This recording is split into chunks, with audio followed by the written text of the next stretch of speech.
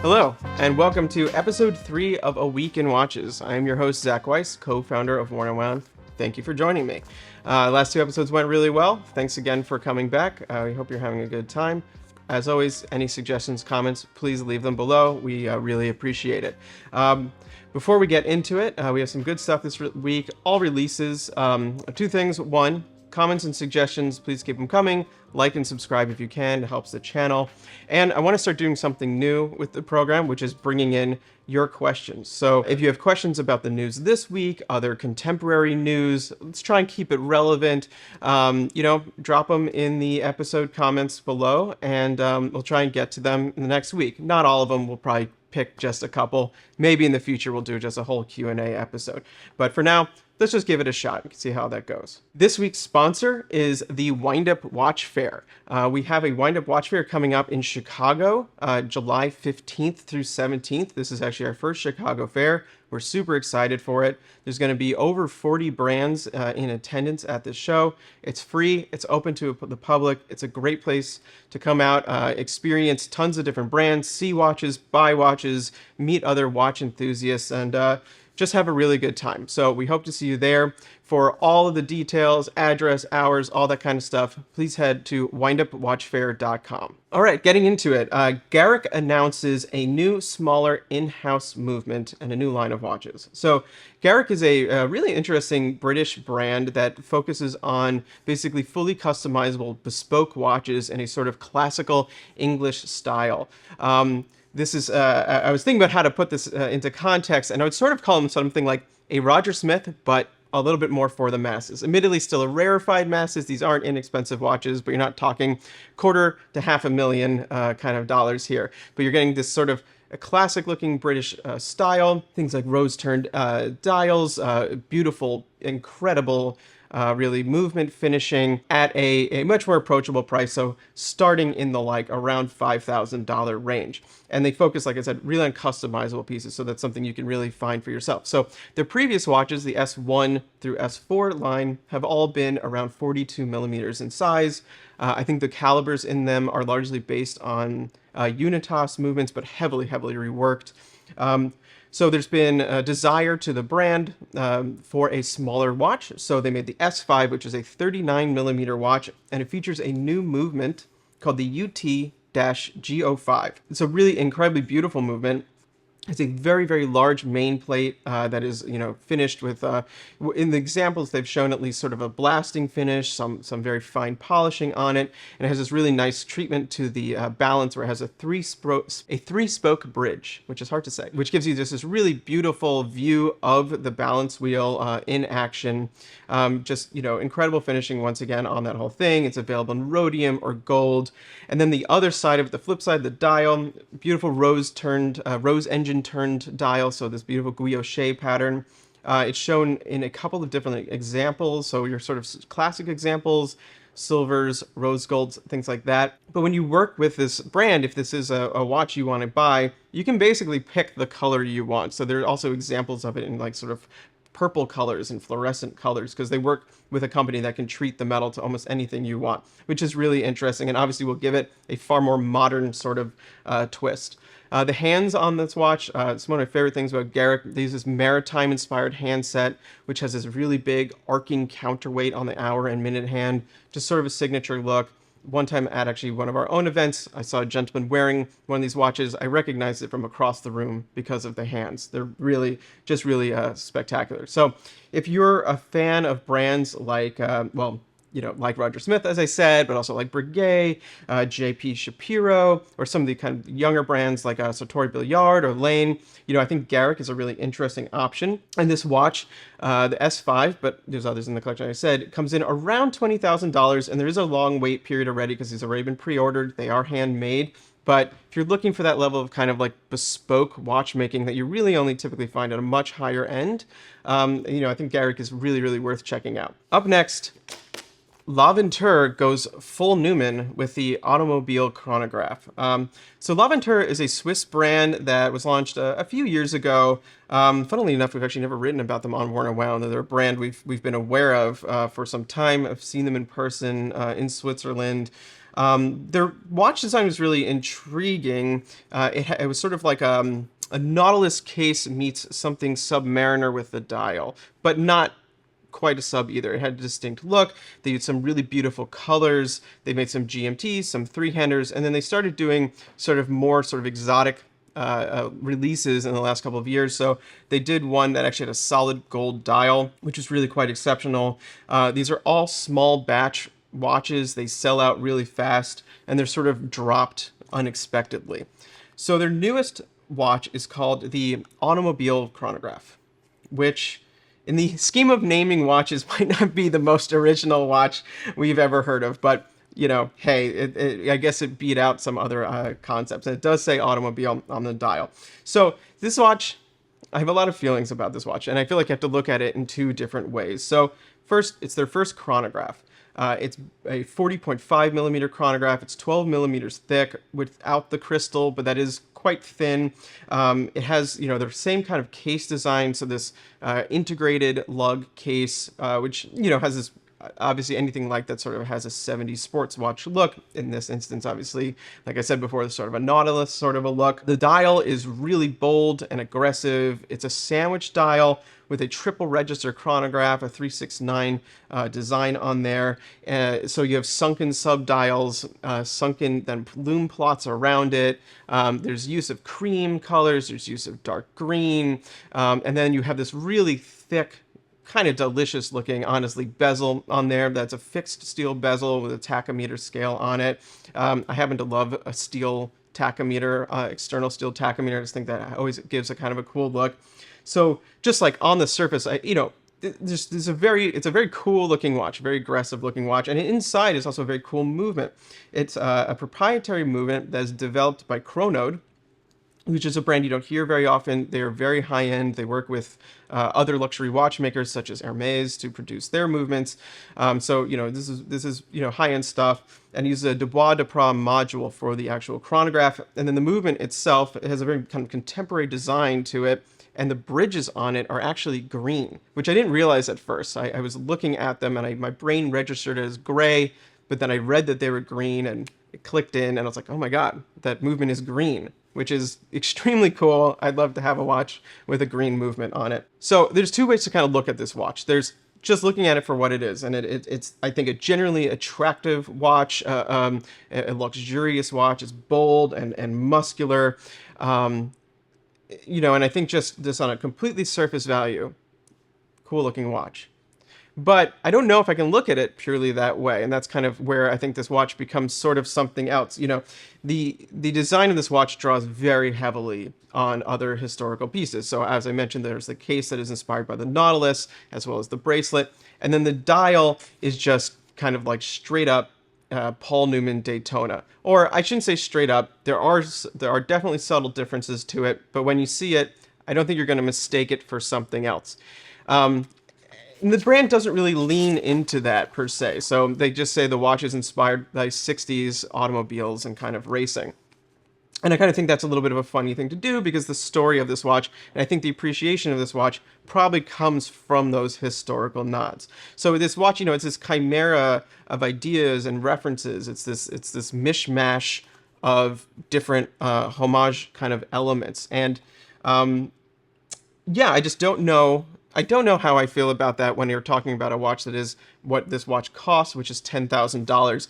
I think this brand is just, you know, at a level of design and fit and finish where I'd love to see what they would do just completely originally. And so, you know, maybe that's where I'd like to stand on this. It's just their brand is able to make such a high-end watch. I'd love to challenge them to just do something that's really outside of the box, that's completely original. I'd love to see that green movement in a watch that is similarly like nothing I've ever seen before. That said, this is a very attractive watch. If you did happen to purchase it, you should enjoy it. It's really cool. It's really gnarly. It's certainly a lot easier to get than an actual Paul Newman Daytona. There were only 99 pieces of this watch. They sold out so fast that people are even wondering if they ever even made it to the website. But, you know, something like this can sell out really fast. So that doesn't completely surprise me. But anyway, that's just what I think. So, you know, what do you think about Homage watches in today's market? With all of the options out there, how relevant are they anymore? When I first got into watches, brands like Helson were making watches like the Skin Diver, a watch I personally owned and really enjoyed.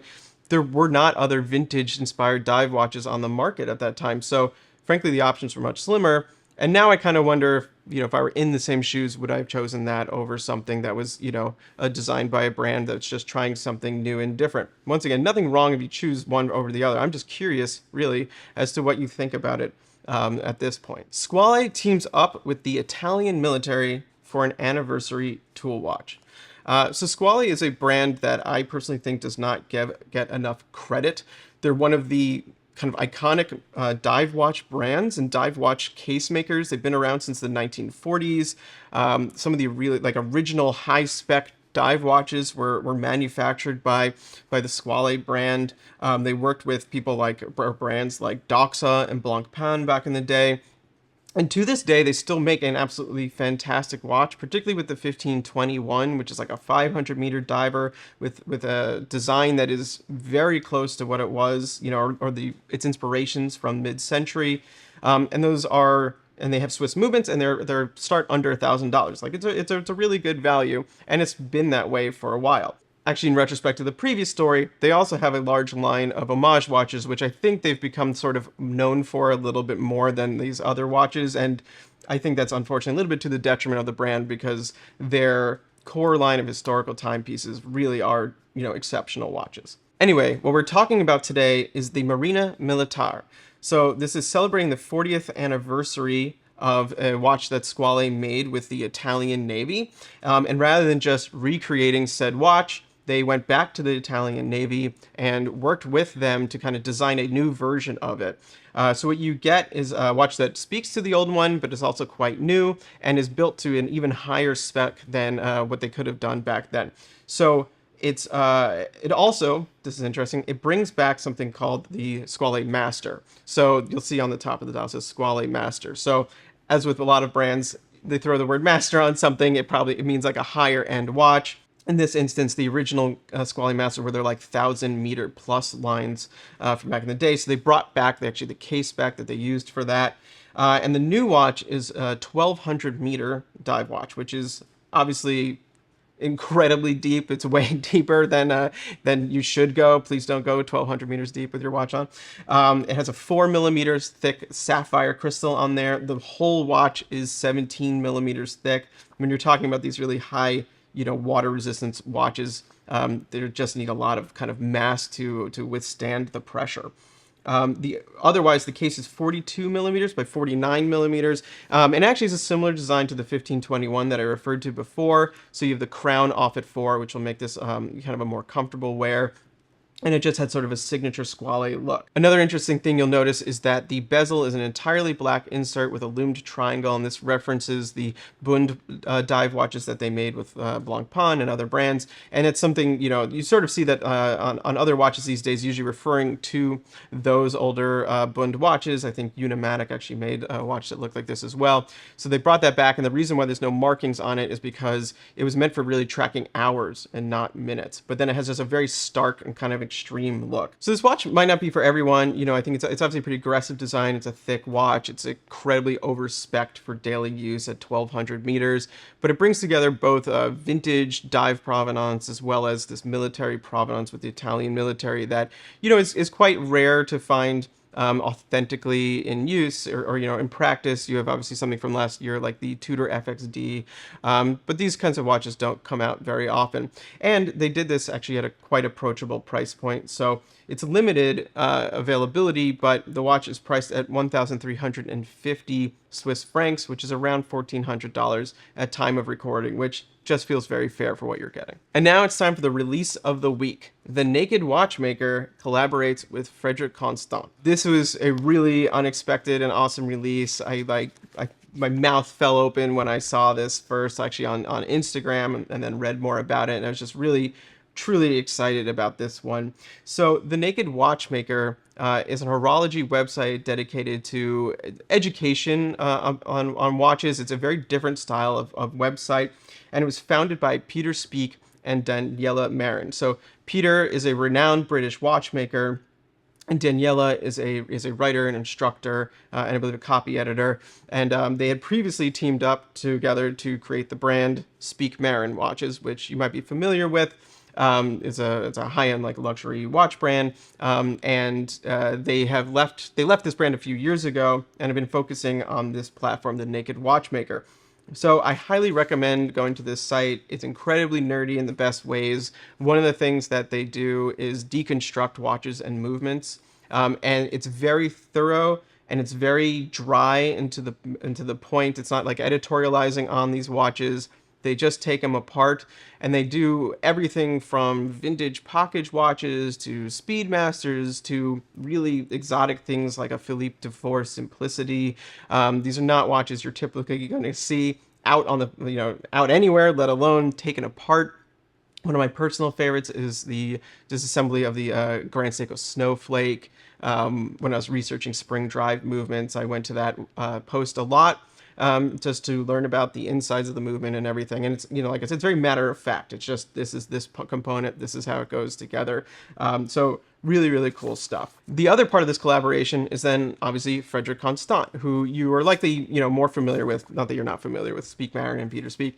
But Frederique Constant, is a fairly well-known brand, Swiss brand that has specialized in, sort of making luxury watches at, sort of affordable prices. So, they start at a few $1,000s. They have in-house movements, many of them, which is, already a great offering. Very classical looks, sort of more on the dressy, formal side.